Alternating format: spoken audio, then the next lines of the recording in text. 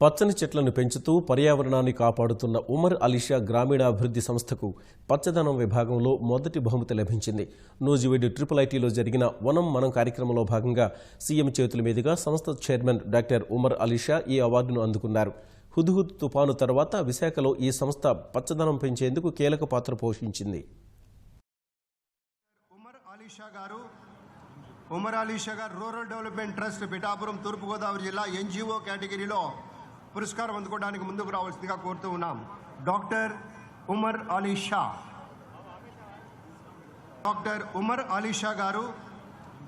అలీషా గారు rural development trust Pithapuram తూర్పుగోదావరి జిల్లా